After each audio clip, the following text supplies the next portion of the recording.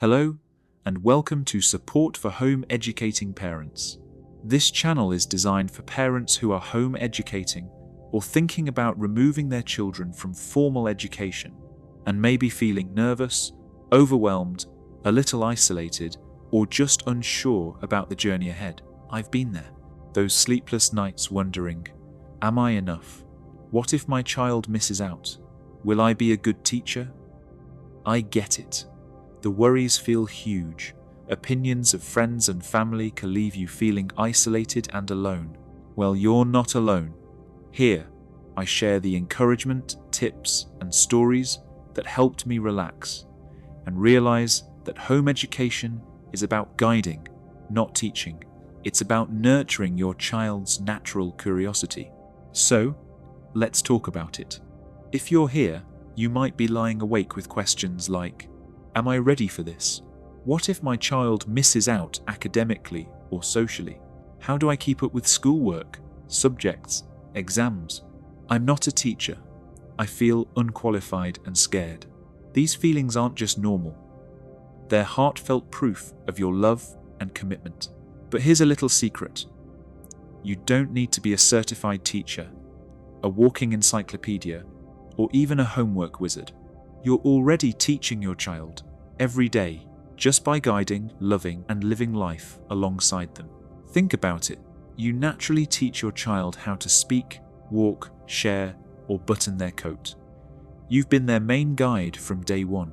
Home education builds on this natural role, not by turning you into a formal instructor, but by letting you follow your child's interests and support their growth.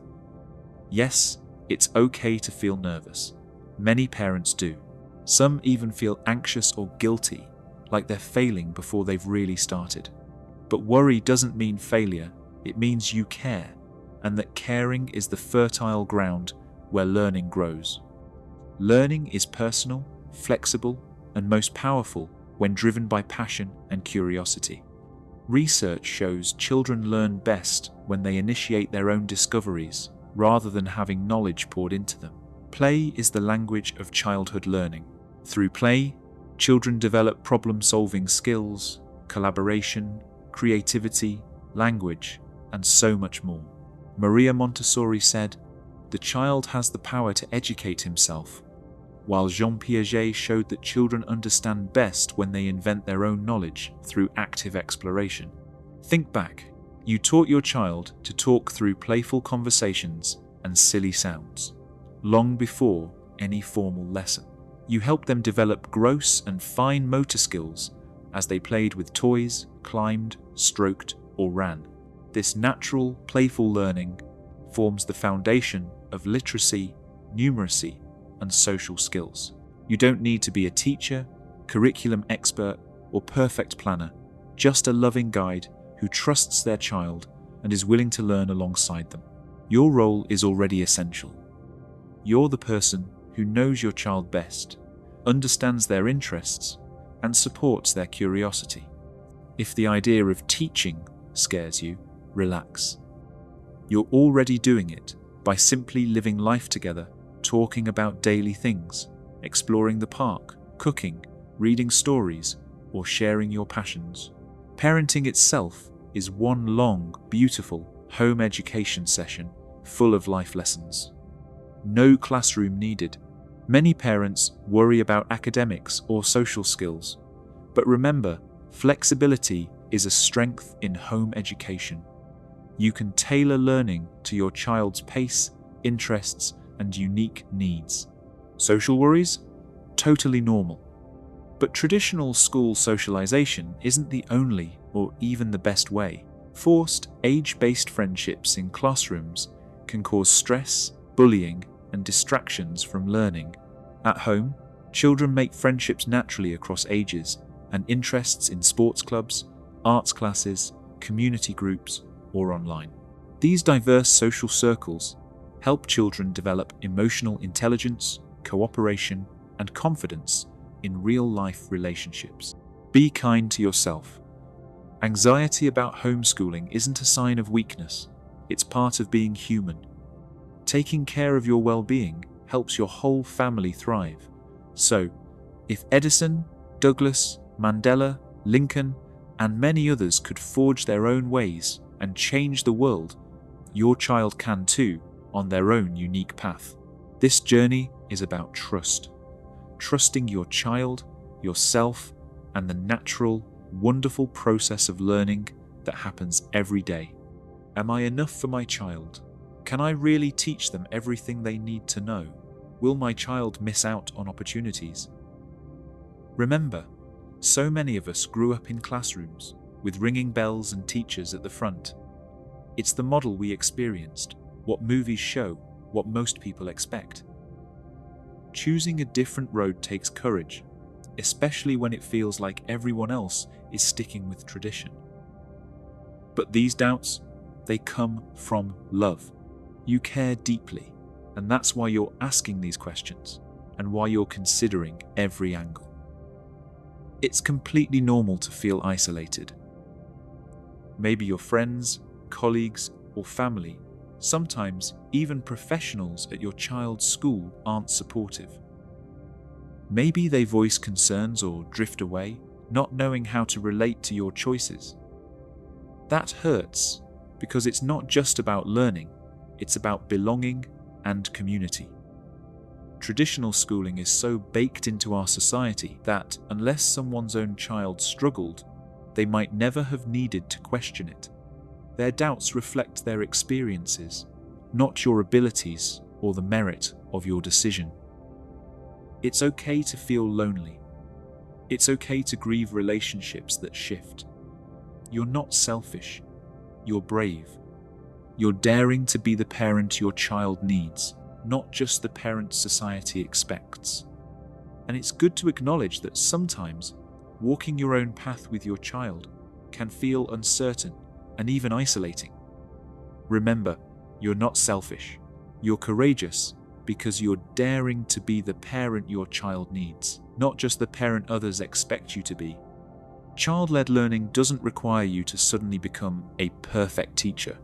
It's about guiding your child's curiosity, offering support, and helping them figure out what excites them. Remember, you already do this every day. When your little one asks, why, 100 times before lunch, or wants to learn a new game, you're supporting their learning by following their lead, not because a textbook told you to, but because curiosity is the best teacher. You don't have to know everything. Your willingness to help your child wonder, discover, and explore is the most important gift you can give. Homeschooling changes family rhythms. Instead of rushed breakfasts and tired evenings, you get to share wonder, tackle projects side by side, and witness growth firsthand. There may be days you sneak to the bathroom for 2 minutes of peace. Don't worry, that's absolutely normal. Carry on. A big worry for many parents: will my child make friends and fit in? Schools create friendships from proximity and age, but these aren't always the deepest or healthiest bonds. Some kids find their tribe easily, others never do. Homeschooling opens up room for friendships based on shared passions, from clubs to community groups to online spaces. Your child can find real community in ways that work for them. Am I enough? What if I get it wrong? These questions are just their signs of care, not incompetence. Every parent slips. Every child is unique. Even traditional school makes mistakes. If you've ever put together IKEA furniture with your child, you already know learning together with patience, humor, and the occasional wrong screw is what matters most. If you're feeling scared or overwhelmed, please know you aren't alone. Teaching isn't just a job for professionals. Guiding children is part of being human. Think about how you taught your toddler to walk, talk, or use a spoon. No training manual, just patience, repetition, and love. Human societies have always learned through life itself. Hunter-gatherers teaching kids by doing. Grandparents passing stories and recipes. Parents showing kids to ride bikes and tie shoes. when the moment arises. You just need curiosity and the willingness to explore together. Guiding your child's education feels bold and intimidating, but the courage and curiosity that brought you here already prove you're up to the task. You are capable, you are loving, you are showing up for your child. If this video helped, please like and subscribe too. Have you taken your child out of mainstream education only to find they're not engaging in home education? Are they just sitting around all day playing Xbox, watching films, maybe sleeping a lot? Are you worried that taking them out of school was a mistake? What if it's actually going exactly as it should and you did exactly the right thing? What if today was your last day worrying about it? There are so many worries, questions, and doubts, especially when starting out on the deschooling journey. It can make you feel like your child and their future are slipping away.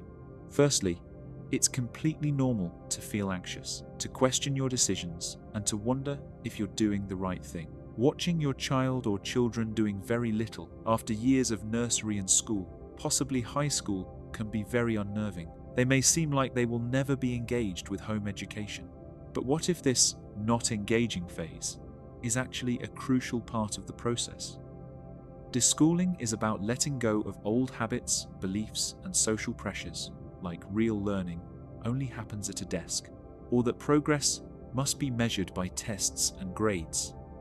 For parents, deschooling is an invitation to see learning through fresh eyes, to rediscover curiosity, and to trust in the natural process of growth. Deschooling is not as much about learning as it is unlearning. It's a time to unlearn the pressures and expectations of the school system and to embrace a more open, flexible, and natural approach to education, one that values exploration, connection, and the unique journey of every child and family. Think of it as pressing the reset button, not just for your child, but for yourself as well. Learning is far more than memorizing facts or passing exams. At its heart, learning is the process of making sense of the world. It's how humans of all ages adapt, grow, and thrive. Learning happens when new experiences, ideas, or information connect with what is already known, creating new understanding and skills. Learning isn't confined to classrooms or textbooks. Children learn to walk, talk, and interact with others long before they ever encounter formal education. This natural learning is powered by curiosity, play, and the irresistible urge to explore. Learning can be visible, like mastering a new skill, or invisible, such as developing empathy, resilience, or critical thinking. It happens through observation, experimentation, mistakes, and reflection. Sometimes it's fast and exciting, other times it's slow and subtle, but it's always personal and unique to the individual. There are many forms of learning. Experiential learning, gaining knowledge through direct experience and doing. Social learning, picking up ideas and behaviors from others. Self-directed learning, following personal interests and questions. Formal learning, structured lessons, often found in schools. True learning is meaningful and lasting when it's connected to real life and personal interests. It's about nurturing curiosity, encouraging questions, and supporting the natural drive to understand and engage with the world. In essence, learning is the ongoing process of becoming more capable, thoughtful, and connected both to oneself and to others.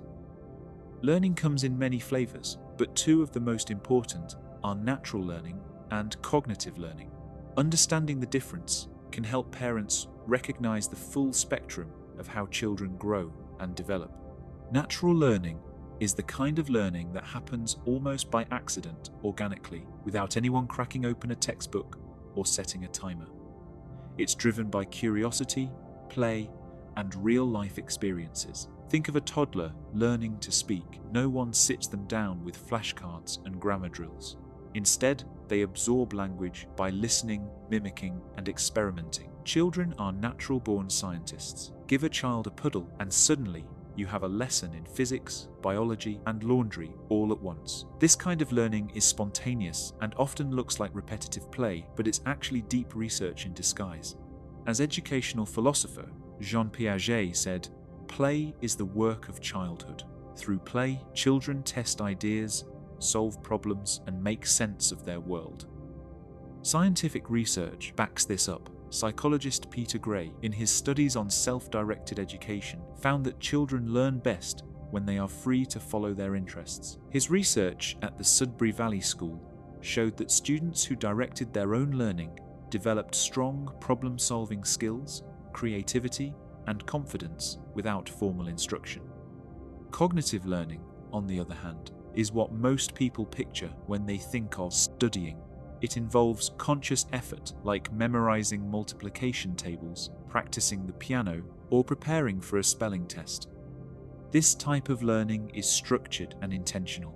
It's the mental equivalent of going to the gym. Sometimes it's fun, sometimes it's a slog, but it builds important skills and discipline. Philosopher John Dewey emphasized the value of both types of learning, but warned against relying solely on rote memorization. He believed education should be an active and constructive process, not just the passive absorption of facts. Both natural and cognitive learning are essential. Natural learning lays the foundation, curiosity, creativity, and a love of discovery. Cognitive learning builds on that foundation, helping children develop focus, persistence, and mastery of complex skills. When both are valued, children not only gain knowledge, but also develop the confidence and curiosity to keep learning for life. Unfortunately, traditional education often overlooks natural learning in favor of cognitive drills. It's a bit like trying to grow a garden by watering only the flowers and ignoring the roots. As Albert Einstein famously quipped, "Education is what remains after one has forgotten what one has learned in school." In other words, it's the stuff that sticks with you long after you've forgotten the capital of Mongolia. Natural learning. A child learns about gravity by jumping off the sofa and possibly learns about parental reactions at the same time. Or, a child masters gravity, balance, and complex physics by skateboarding. No textbook required. Cognitive learning. That same child later studies Newton's laws in a science book, connecting the dots between their real-life experiences and scientific principles. Natural learning. A child becomes fascinated by bugs, spends hours observing them, and asks endless questions, sometimes more than Google can handle. Cognitive learning. That curiosity grows, and maybe one day that child becomes the next Jane Goodall or David Attenborough, turning a passion for bugs into a lifelong pursuit of knowledge. Natural learning and cognitive learning are partners in the dance of education. When both are valued, children not only gain knowledge, but also develop the confidence and curiosity to keep learning for life. However, the way society approaches education hasn't always reflected this balance. Schools, as we know them today, are a relatively recent invention in human history. They emerged during the Industrial Age, a time when the world needed factory workers who could follow instructions, keep to schedules, and perform repetitive tasks efficiently. The structure of school bells signaling the start and end of lessons, uniforms to promote conformity, and standardized tests to measure progress was designed to meet the needs of an industrial society, not necessarily the needs of individual learners. This system was never truly intended to nurture every child's unique way of learning or to foster a lifelong love of discovery. Instead, it prioritized order, predictability, and uniformity. The focus was on producing workers who could fit into a specific mold rather than on cultivating diverse talents, creativity, or the natural curiosity that drives real learning.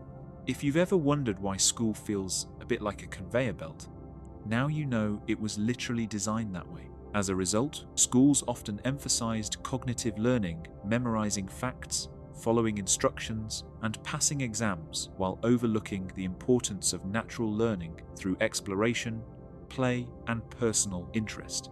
This approach shaped our cultural expectations of what real learning looks like, sometimes making it hard to recognize or value the learning that happens outside of formal lessons. Society has spent generations convincing us that learning only counts if it comes with a test at the end. Understanding this history helps explain why so many parents worry when their children's learning doesn't look like school.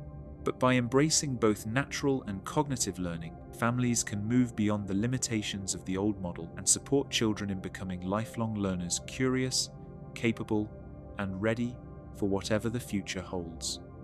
Friedrich Nietzsche believed education should nurture individuality and creativity, not just conformity. He famously said, "He who would learn to fly one day must first learn to stand and walk and run and climb and dance. One cannot fly into flying." Nietzsche warned against education systems that stifle the spirit, urging us to remember that true learning is about becoming fully ourselves, not just ticking boxes or blending in with the crowd. John Dewey, on the other hand, championed experiential learning, learning by doing. He argued, if we teach today's students as we taught yesterday's, we rob them of tomorrow. Dewey believed education should be child-centered and responsive to individual needs, not a one-size-fits-all conveyor belt. His philosophy reminds us that education should evolve with the learner, not force the learner to fit the system. Now, you might be thinking back to the COVID years and the somewhat forced period of homeschooling, especially if you live in the UK like I do. During COVID, many families experienced what could only be described as school at home. Zoom classes, or as my children affectionately called them, zombie classes. They never really became students of this method, but their curiosity got the better of them, so we had a peak. Set curricula, schedules, tests, headaches, and the occasional showdown with a child who is, quite frankly, just trying to be a child. What we saw was very different from true home education. So let's put that particular nightmare right out of our heads. Home education embraces a much broader, more flexible, natural, and let's be honest, more human approach. It allows learning to happen organically in response to the child's interests and at their own pace. The Maoris have a word for autism, taki watanga, meaning in his or her own time and space. This doesn't mean that math, science, English, and those subjects children might not find so thrilling are ignored. Instead, they're woven into daily life and explored in ways that make sense for each child. Sometimes math is learned through baking, science through gardening, and English through storytelling, or even a heated debate. The key difference is that home education values the journey of learning, not just the destination. It's about nurturing curiosity, creativity, and a lifelong love of discovery, without the pressure of tests and rigid timetables. Learning styles in action, a real-life example. Let's take a child who doesn't like math. Let's call him William. Will hates math with a capital H. Or maybe math just bores him. Either way, he's not feeling it. And there's going to be some heavy resistance when the math textbooks come out. First of all, that's okay. It's absolutely fine for a child not to be interested in maths. Many adults can relate. Instead of forcing the issue, focus on his interests and wait for opportunities to show where math naturally appears in his world. This might sound easier said than done, but the real challenge is shifting how we think about learning, almost like remembering what real learning looks like. Sometimes it means thinking about math and your child in a completely new way. My sons are 16 and 14, both home educated and both learning to play the guitar. Since our deschooling journey began, I've paid much closer attention to how they each learn naturally, and it's fascinating to see how different their approaches are. When I teach both boys the same song at the same time, I end up explaining it in two completely different ways. First, I use a fairly traditional approach. I'll say things like, third finger, second fret, D string, then middle finger, third fret, A string, and so on. After a few of these instructions, my youngest son, Thomas, is playing the notes like he's ticking off checkpoints on a list. He smooths out the sequence until it starts to sound like the song. Meanwhile, William is still looking at me, a little confused, and his body language starts to shift. He's not connecting with the instructions. Then, I show him the shape his fingers will make on the fretboard, how the strings and frets form little rectangles, or the pattern his fingers will trace as he plays. Then I watch closely because it's subtle, as he almost draws the shape onto the guitar in his mind with his fingertip. When he starts to play, each note comes out with feeling and a kind of respect for why it's there.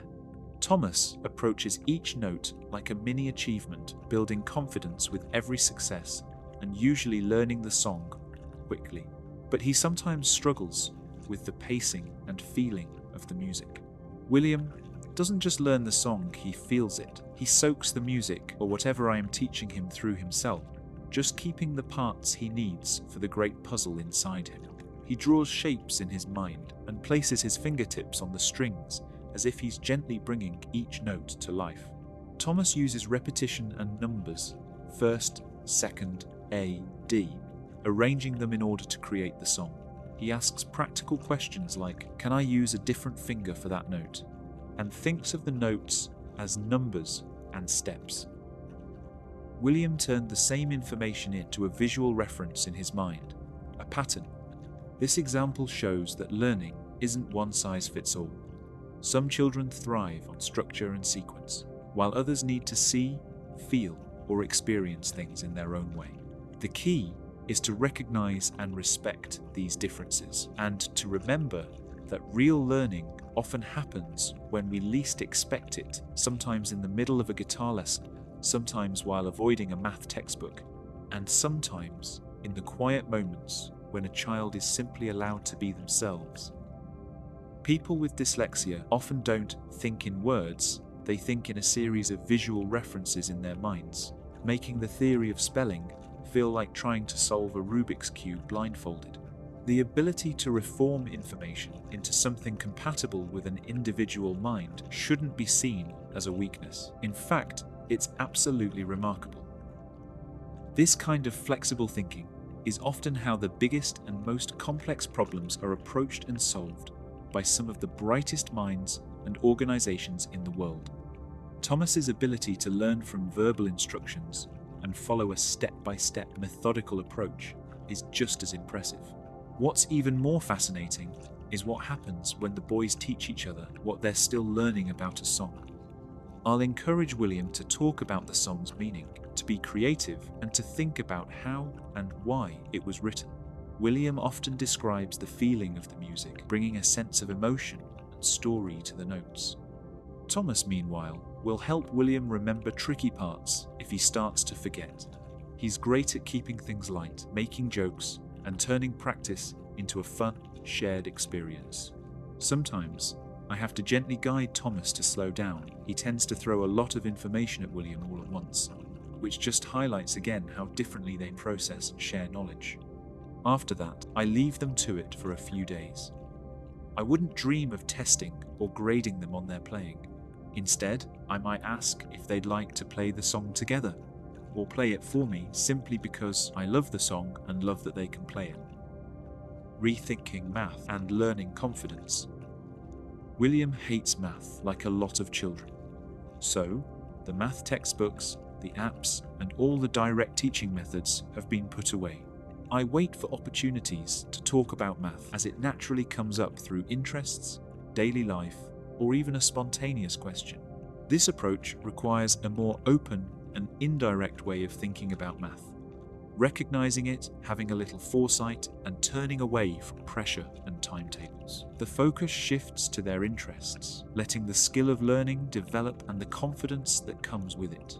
If someone knows they can learn, does the subject really matter? The most important thing is building the belief that learning is possible, no matter the topic.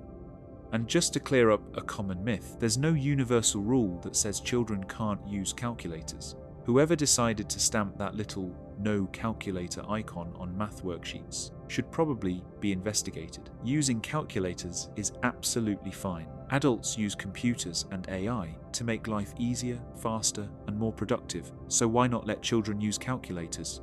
Kids will still be able to do basic mental arithmetic after using calculators, just like people can still write after decades of texting on their phones. If William isn't interested in math, chances are he won't need advanced math in his daily life. But if he ever decides he does, the most important thing is that he feels confident in his ability to learn anything he chooses. He needs to be open to learning, resilient enough to keep going through challenges, and independent in his approach. Removing time limits means William won't have anyone telling him when to stop learning. A young person prepared for life in this way will know no limits to what they can learn. If William decides to tackle math directly one day, he'll do so with the same freedom and confidence he enjoyed while learning Come As You Are by Nirvana at his own pace, in his own way, and with the belief that he can master anything he sets his mind to. Child-led learning means following a child's interests and allowing them to take the lead in their education. If this sounds a little wild, don't worry, you're not alone. Most adults grew up with formal education, so the idea of letting a child steer their own learning can feel as strange as letting a cat drive a car. But child-led learning isn't a new or untested idea. In fact, it's been discussed and studied for decades, and the research is clear. Children learn best when they're motivated and engaged. Studies show that self-directed learning fosters creativity, problem-solving, and resilience. When children are allowed to explore what excites them, they develop a genuine love of learning and the confidence to tackle new challenges. As Maria Montessori put it, the greatest sign of success for a teacher is to be able to say, "The children are now working as if I did not exist." Peter Gray, a leading researcher in self-directed education, agrees. Children come into the world burning to learn and genetically programmed with extraordinary capacities for learning. Before child-led learning can truly begin, there's an important step: deschooling. This period of rest and decompression is sometimes called unschooling or even deprogramming. But it all means the same thing: letting go of old habits, beliefs, and social pressures shaped by years of traditional schooling. It's about unlearning the idea that learning only happens at a desk, or that progress must be measured by tests and grades. For parents, deschooling is an invitation to see learning through fresh eyes, to rediscover curiosity, and to trust in the natural process of growth. The first step isn't learning, it's unlearning. This can be a little terrifying, letting go of the pressures and expectations of the school system and society can feel like floating away on a raft, unsure of what's on the other side. Doubts and worries are normal, and they show just how much you care about your child's future. So what does deschooling look like? In short, let your child be free and relax. No academic pressure. Of course, children still need to make their beds, clean up after themselves, and handle their usual responsibilities, just without the added weight of formal education. If your child had a negative experience at school, this period is even more important and may need to last longer, roughly a month for every year spent in school, though every child is different. This period can feel uncertain, perhaps more so than any other. Watching your child do very little each day might feel like you're drifting further from shore, but remember, this is intentional. You're not failing. You're giving your child the space to heal, decompress, and rediscover their natural curiosity. Observing children through the deschooling period is both a skill and an adventure, like bird watching. But your birds are mostly found on the sofa, clutching game controllers and inhaling toast instead of worms. Deschooling step-by-step guide. 1. Let go of the school schedule. Expect a period that begins with a lot of doing nothing. Just as an athlete needs rest before a big game, kids need downtime to reset from institutional structure. 2. Create gentle daily rhythms. Instead of strict timetables, weave together meals, outdoor walks, and free choice activities. Invite connection by cooking together, sharing a joke, or exploring local nature. 3. Become a curious observer. Watch without interfering. Take notes on what draws your child's attention, what bores them, and when their eyes light up. Levels of patience are required. What to observe. During deschooling, keep your detective hat on, but remember you're observing, not judging. Patterns of play and relaxation. Notice what activities your child gravitates toward without prompting. Are they building with Lego, drawing, binging documentaries, or perfecting Minecraft fortresses? Notice what your child chooses when there's no task or schedule. Do they head for art supplies, run outside, bury themselves in a book, or start designing the world's longest marble run? Each activity is a clue to deeper interests and learning styles. Curiosity and questions. Watch for spontaneous questions or moments of fascination.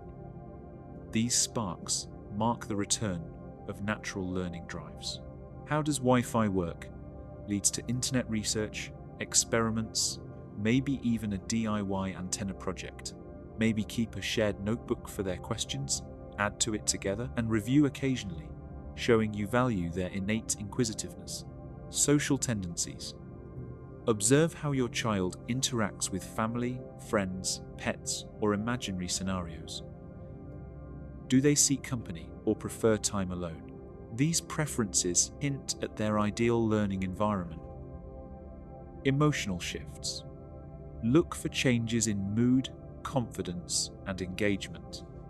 As children decompress from school routines, peaks and troughs are normal. Track changes in mood, confidence, and stress. It's normal for children to shift from high excitement to frustration or boredom. Growth often starts here. After a few bored days, a child suddenly starts a garden or gets lost in drawing. Maybe celebrate the breakthroughs. Sometimes the best projects come after a stretch of doing nothing. Watch for who and what your child seeks out. Do they chat with neighbors, grandparents, siblings? Do they prefer solo time?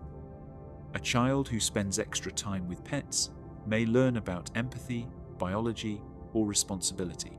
Maybe encourage meetups with other homeschoolers. Notice what's energizing or draining for them. 6. Self-directed activities. Watch as your child initiates their own activities, maybe a science experiment, a family newsletter, or a YouTube channel. Document spontaneous learning as it happens, like a baking disaster turning into a lesson in chemistry and perseverance. Create space for projects to unfold without schedule or outcome pressure. Use a journal or phone notes to jot daily observations. Describe what you see, hear, and notice, not what you expect. Occasionally ask, what was the best part of your day? And listen for themes over time. If possible, share observations with your child, showing them you value their authentic learning, even when it looks like play or rest. Remember, deschooling is a season for noticing, not assessing. Observe with gentle curiosity.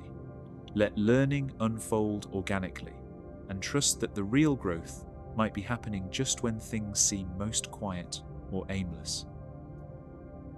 Keep communication open. Ask what they'd love to try. Make a bucket list of experiences, from wild science experiments to movie nights. Tend the environment, not the child. Adjust surroundings to support possibilities: books, art supplies, random seeds for planting. Step back and see what happens. Celebrate non-academic wins. Praise exploration. If your child teaches the dog tricks or invents a new sandwich, those are victories. Learning is everywhere. Deschooling takes time, sometimes weeks, sometimes months. The true challenge is not your child's apparent inactivity, but resisting the urge to become the school police. Doubts will surface, especially when relatives ask, so what are they learning? Practice explaining that deschooling is about rediscovering curiosity, not checking off worksheets. Train yourself to let go of traditional education, anxieties, and social pressures. Every child's path is unique. By observing without judgment, you're laying the foundation for lifelong learning, resilience, and self-motivation. So breathe out, you're doing it right. Stick with the process, keep a sense of humor, and trust in your child's innate drive to learn. Deschooling doesn't last forever.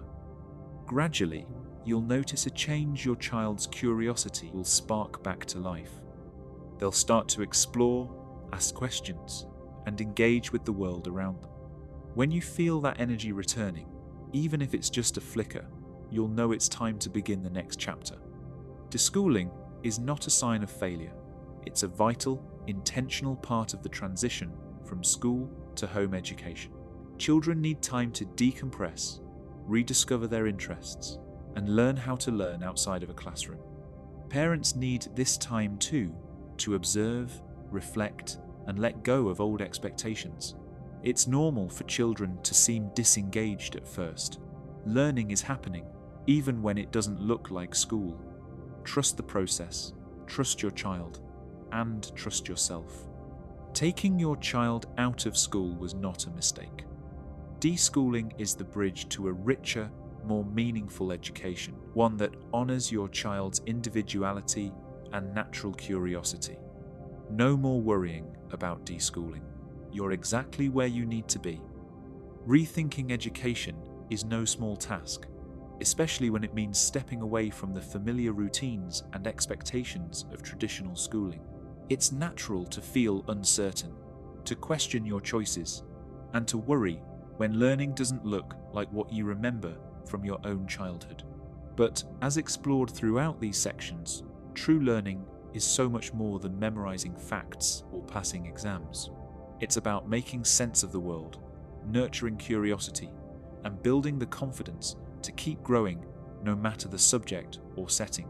Both natural and cognitive learning have their place, each supporting the other in the dance of education. When children are allowed to follow their interests and learn in ways that suit their unique minds, they develop not just knowledge, but also resilience, creativity, and a lifelong love of discovery.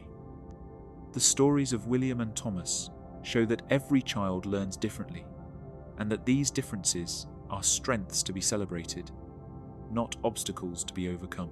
The history of schooling reminds us that the system was never designed with every child's individuality in mind. It was built for a different era with different goals. By embracing child-led learning and allowing time for deschooling, families can move beyond outdated models and create an environment where real, meaningful learning can flourish.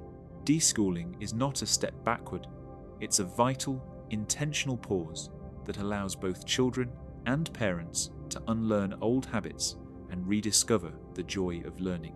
Will I be able to provide a full and rounded education for my child? Will their education be recognized and respected? How will they make friends, socialize? What about other benefits gained from school like discipline, work ethic, and resilience? What would homeschooling actually look like day to day? How will they feel about it when they are older? It's completely natural to feel worried about all these things. After all, every parent wants their child to have the tools, knowledge, and confidence to succeed and thrive, not just academically, but in life itself. You feel these worries because you care deeply, but sometimes some of that fear and anxiety comes from stepping away from the familiar. Think about it. You, your family, friends, and work colleagues almost certainly went to school. Schooling is woven into the fabric of our lives, a shared experience that helps shape who we are. So choosing home education means stepping off a well-worn path and venturing into the unknown. The echoes of the natural fear that comes with change. It's okay to feel this way. Feeling uncertain is part of moving beyond comfort zones. It's a big part of growing, not just for your child, but for yourself too. And while the road ahead might feel unfamiliar, you are not alone. You have this channel. Stories, and reminders that many parents have felt exactly what you're feeling right now and have come through the other side with confidence and a deeper connection with their home-educated children. Schooling is a shared chapter in all of our stories, a cultural norm we simply expect. So when you decide to home-educate, it's like deciding to bake a cake without a recipe, or worse, without knowing if you have all the ingredients.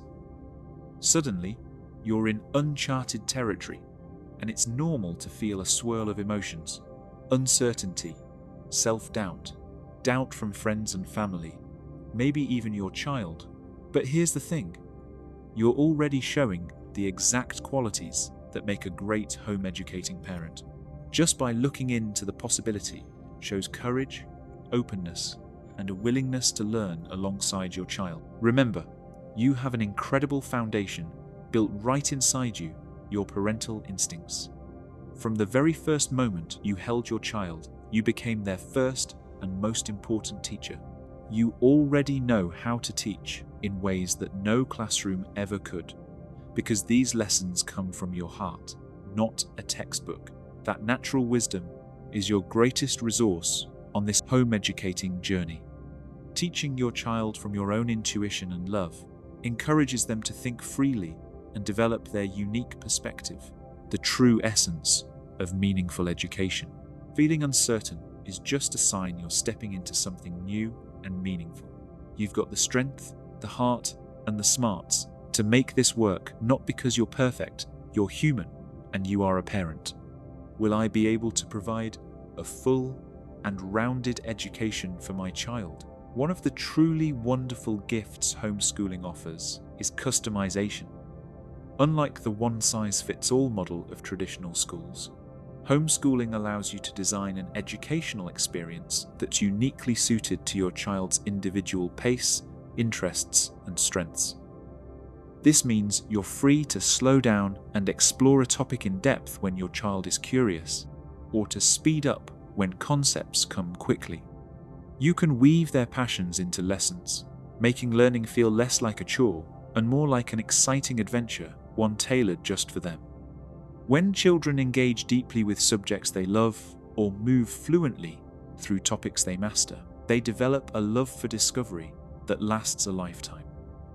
You're not just teaching facts, you're unlocking your child's full potential. No test score alone can capture. Great news is that formal qualifications are absolutely achievable through homeschooling. With proper record keeping, thoughtful portfolios, and standardized testing or other assessments when needed, your child's achievements become clear and respected by colleges and employers alike. In fact, many homeschoolers consistently outshine their school-going peers on standardized exams, not because of rigid schooling schedules or pressure to keep pace with a group, but because their education is tailored closely to their own individual needs, strengths, and passions. How will they make friends, socialize? This is one of the most common worries, and it's completely understandable. After all, social skills are a vital part of growing up. But here's an important truth. Socialization is not just about being in a classroom with dozens or hundreds of children all the same age, bouncing balls in a playground. Research shows that children learn social skills best through quality interactions, not quantity. Studies in developmental psychology, like those by Lev Vygotsky and Jean Piaget, highlight that children learn a great deal from interacting with others, especially when those interactions are meaningful and varied. Interestingly, children often learn as much or more by playing, teaching, and exploring alongside younger or older children and even adults than simply mixing with their exact age group. It turns out mixing ages fosters empathy, leadership, collaboration, and emotional intelligence. Think about your own life. You likely have friendships and connections with people of different ages and stages: an understanding aunt, a childhood friend, a neighbor, or a wise grandparent. These diverse relationships deepen your social understanding far beyond what having only same-aged friends might. Also, children naturally learn from one another. Think about how siblings teach each other everything from tying shoelaces to negotiating screen time, or how kids naturally form small peer groups where everyone's a little teacher and learner at the same time. This peer teaching is one of the most powerful forms of learning. You may wonder, am I doing this right? What if I miss something? Will this really work? Echoes of a mindset shaped by years in formal schooling. Some families find that even a year of gentle, unstructured learning can lay a strong foundation for later success. For example, a well-documented case study from the National Home Education Research Institute followed a family whose 12-year-old daughter became withdrawn and anxious after a tough year of bullying at her previous school. After a 6-month deschooling period filled with encouragement to explore nature, art, and play without pressure, she blossomed emotionally and socially. She later began self-directed science projects and creative writing with enthusiasm far beyond what traditional schooling had sparked. Deschooling is ultimately about building trust. Trusting your child to lead their own learning when ready, and trusting yourself to provide a supportive environment. It requires patience, kindness, and sometimes a good sense of humor when your child spends hours building Lego castles or staring thoughtfully into space. You started homeschooling with a beautiful vision, but the reality is just really, really hard. If that sounds like you, just take a deep breath. You're in exactly the right place. That feeling of being totally overwhelmed, of looking at your kitchen table buried under math worksheets and half-finished art projects and just thinking, what have I gotten myself into? I know that feeling so well. Before I found my groove, I had days where the anxiety was so thick I just wanted to go hide in a closet. I told myself I was just tired, or that maybe I wasn't cut out for this. But the truth is that anxiety is a normal, and I'd even say necessary, part of the homeschool journey. It's a sign that you care a lot, but you don't have to let it run your life. You don't have to let anxiety be the captain of your homeschool ship. Today, I want to throw you a lifeline. We're going to walk through 5 keys to not just survive homeschooling, but to actually dial down that anxiety and find the joy you were searching for in the first place. We'll talk about a little philosophy, a lot of reassurance, and we'll definitely find some humor in all the chaos. I promise that by the end of this, you'll feel lighter, more capable, and ready to move forward with a little more confidence. So grab your coffee or tea and let's just talk parent to parent. Key 1, the philosophy of deschooling. The first key, and honestly, this one is the foundation for everything, is getting your head around the idea of deschooling. Now, if you're new to this world, that word might sound a little weird, maybe even a little radical, but I promise you, it's the single best gift you can give yourself and your kids as you start out. So what is deschooling? Really, it's the process of detoxing from the traditional school mindset. It's a dedicated time to rest and reset after leaving that formal system. Think about it like this. You wouldn't expect someone to leave a super stressful job on a Friday and then launch a brand new business on Monday, feeling totally refreshed, would you? Of course not. They'd need time to just breathe, to sleep in, to remember what they enjoy doing, to figure out who they are outside of that rigid 9-to-5 structure. That's exactly what deschooling is for your family. For years, you and your child have been trained to think that learning looks one specific way. It happens from 8 a.m. to 3 p.m.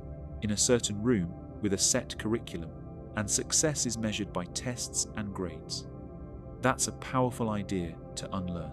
Trying to leap from that right into the freedom of homeschooling without a transition is a recipe for anxiety and burnout. It's why so many of us start out trying to recreate school at home, right down to ringing a bell for lunch, and then wonder why everyone is so miserable. Deschooling is the cure for that. It's for you and for your kids. For your child, it's a time to heal from school pressures and let their natural curiosity, which might have been squashed, bubble back up to the surface. It might look like them sleeping in, spending hours lost in a Lego world, or binge-watching YouTube videos about deep-sea creatures. From the outside, it can look a lot like they're doing nothing. And this is right where our parent anxiety loves to spike. We think, they're falling behind. This is a waste of time. But here's the big mindset shift. Deschooling is not wasted time. It is the most productive work you can be doing. It's the foundation for a joyful, successful homeschool. During this time, your child is relearning that learning isn't a chore, it's an adventure. They're learning to be self-directed and follow their own interests. This is where a lifelong love of learning begins. And what about you? Your deschooling process is just as important. This is your time to just watch your kids. What lights them up when no one's telling them what to do? You'll start to see their natural learning style. This is also your time to redefine what education even means to you. You get to shift your thinking from being a teacher who controls everything to being a guide who facilitates learning. Your job isn't to pour information into their heads, but to create a home where their curiosity can thrive. So, how long does it take? A general rule of thumb is about 1 month for every year your child was in school. But there's no magic number. It takes as long as it takes. You have to let go of the timeline and just trust the process. This isn't a break from learning. It's a shift to a more natural way of learning that happens all the time at the grocery store, on a walk, while watching a documentary, or in the middle of a random dinner conversation. Embracing deschooling means giving everyone the grace and space to find a new, more authentic way to live and learn together. Okay, let's talk about our next key. You are not failing. Let me say it again. Just breathe it in. You are not failing. That little voice in your head, the one that whispers all your worst fears when you're trying to fall asleep. It's a liar. It's the voice of comparison, of unrealistic expectations, and of some perfect homeschool parent ideal that doesn't actually exist. So many of us start with this gorgeous, picture-perfect vision, right? We imagine ourselves as some kind of Mary Poppins, leading our happy, engaged children through fascinating lessons in our beautiful, calm, creative home. And then reality hits. The toddler is colouring on the math worksheet. The 10-year-old is having a meltdown over writing one paragraph. The baby's crying, and you haven't even had a shower. In that moment, the anxiety monster roars. See? You're failing. A real homeschool parent would have this under control. Have you ever felt that gap between the dream and the reality? I have. I have literally sat on my kitchen floor, surrounded by spilled glitter and tears, both mine and my kids, and thought I'd made a huge mistake. Here's the truth. What you're experiencing isn't failure, it's life. It's the reality of raising and educating actual little human beings who have their own moods and their own off days. Success in homeschooling isn't about having no hard days. Success is about showing up anyway, even on the hard days. We have to completely reframe what success looks like. It's not a perfect replica of a classroom. It's not finishing every page in the workbook. It is not a spotless house and kids who are always smiling and eager to learn. Those standards are impossible. Real homeschool success looks like this. It's when your kid who hates reading suddenly grabs a book on their own because you filled your home with great stories. It's that aha moment they have with a math problem, even if it took an hour of struggle to get there. It's that deep conversation about history that happens out of nowhere while you're driving to the store. It's knowing when to put the books away and go for a walk because you both need a reset. That's not giving up. That's wisdom. It's apologizing to your kids after you lose your patience and showing them what it looks like to be human and to value relationships. You feel like you're not doing enough. I get it. The weight of it all feels enormous. But let me ask you, are your kids loved? Are they safe? Are they learning anything? Even if that anything is how to work out a fight with a sibling, how to follow a recipe, or just how to be bored and figure something out, that is all part of their education. You have to give yourself permission to be imperfect. You will have days you feel more like Cruella de Vil than Mary Poppins, as that one meme says. That's not a sign that you're failing. It's a sign that you're human. The fact that you're worried about it, that you feel this anxiety, is proof of how deeply you care. Bad parents don't worry if they're bad parents. Your worry is a testament to your love. So on those tough days, just take a breath and remember what's true. Your home is not a school. You're a parent guiding your own kids, and you are doing a much, much better job than you think you are. You're not failing. You're just in the messy middle of a beautiful, worthwhile journey. Section 3. Key 3. Humor, embracing the mess. Our third key is one of your most powerful secret weapons for fighting anxiety: humor. You have got to learn to laugh. You have to find the humor in the mess, the chaos, and the total absurdity of homeschooling life. If you can't laugh at it, the stress will just eat you alive. I used to be so serious about all of this. I had laminated lesson plans. My storage bins were color-coded. I thought our days needed to run with this quiet, academic dignity. And then my kids happened, and they brought chaos. Let me tell you a quick story. I was determined to do this amazing hands-on science lesson about volcanoes. It was going to be epic.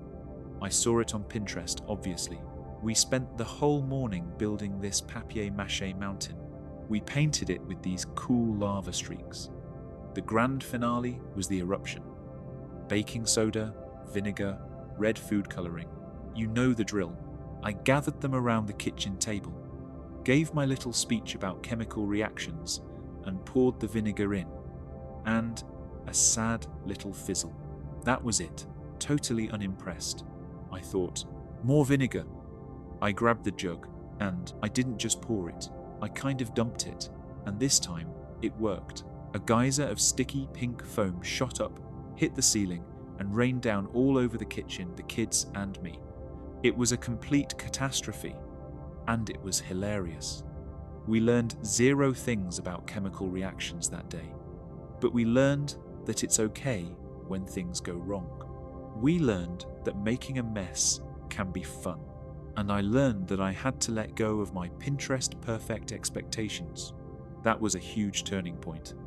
I started looking for the humor in the daily chaos.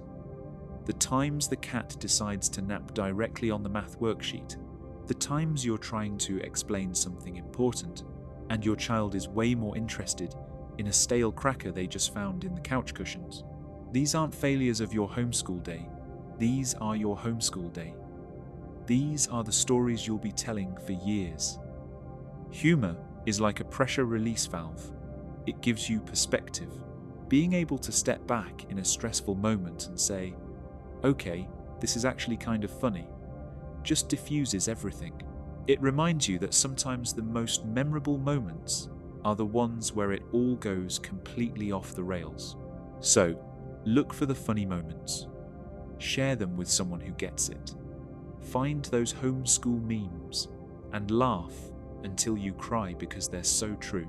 Give yourself permission to have days that are less magic school bus and more just a hot mess. Let go of the illusion of control and just embrace the glorious, beautiful, and often hilarious mess of it all. Laughter is a sign of a healthy, resilient homeschool. Section 4. Key 4. A practical tool for overwhelm. Okay, Let's switch gears and get really practical. When you're in the thick of it, when the anxiety is rising and you feel like you're drowning in to-do lists, sometimes you need more than a mindset shift. You need a tool. So, key number 4 is a simple, powerful tool I call the one thing anchor. That feeling of homeschool overwhelm usually comes from the sheer number of things we think we're supposed to be doing. The list is a mile long. Math, reading, science, history, art, laundry, dishes, and maybe a shower, if you're lucky. Our brain looks at that mountain of tasks and just short circuits. We end up bouncing between a dozen things and feeling like we got nothing done, which just fuels more anxiety. The one thing anchor is the antidote. It's so simple.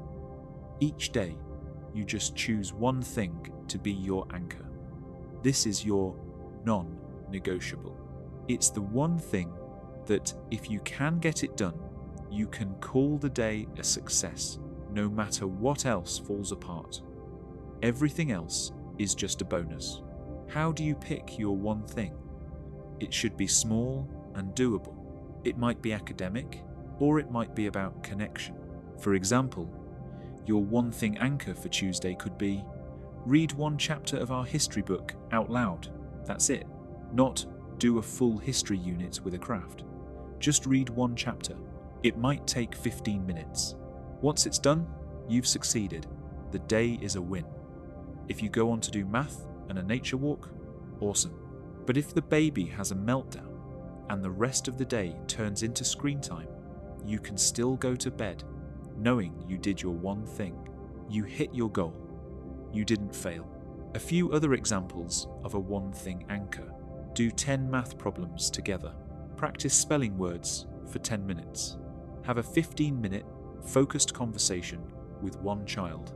Get outside together for 20 minutes.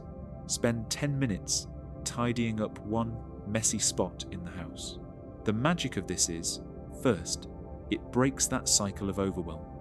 It gives your anxious brain one clear thing to focus on, instead of a giant scary list. Second, it guarantees a daily win.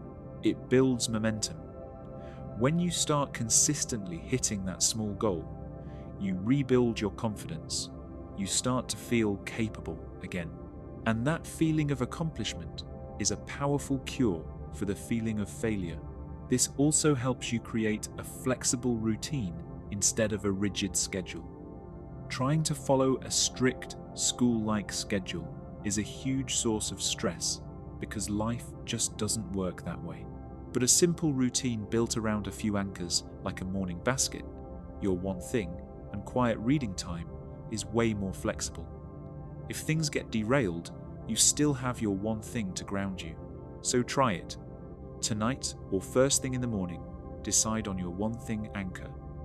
Write it on a sticky note. Try to get it done early and get that win.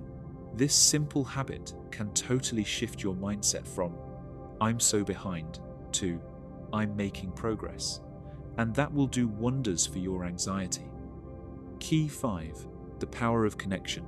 This brings us to our 5th and final key, and it really is the most important one. It's the heart of everything. When your anxiety is screaming, when you feel like you're failing at academics, when the curriculum feels like too much, I want you to shift your focus to one thing: connection. The single greatest advantage of homeschooling isn't academic rigor or a better curriculum. The greatest advantage is the chance to build a deep, lasting, resilient relationship with your kids. That's the whole point. I used to think my main job was teacher. I had to get the knowledge into their heads. I had to make sure they were hitting the benchmarks. I was so focused on being a teacher that I was forgetting my most important role, mom. Our focus on academics was actually hurting our relationship. We were having power struggles over worksheets. There were tears over multiplication. The stress of the school part of our day was poisoning the home part. Then, I made a very conscious shift. I decided that connection would be my number one goal. Before any lesson, My goal was to connect with my child's heart. I decided our relationship was more important than any single academic goal. What does that actually look like? It means starting the day with a cuddle on the couch instead of a demand to get to work. It means putting the math book down when your child is frustrated and saying, "I can see this is hard. Let's take a break and play a game." It means really listening when they tell you all about their latest video game or obsession, even if you find it a little boring.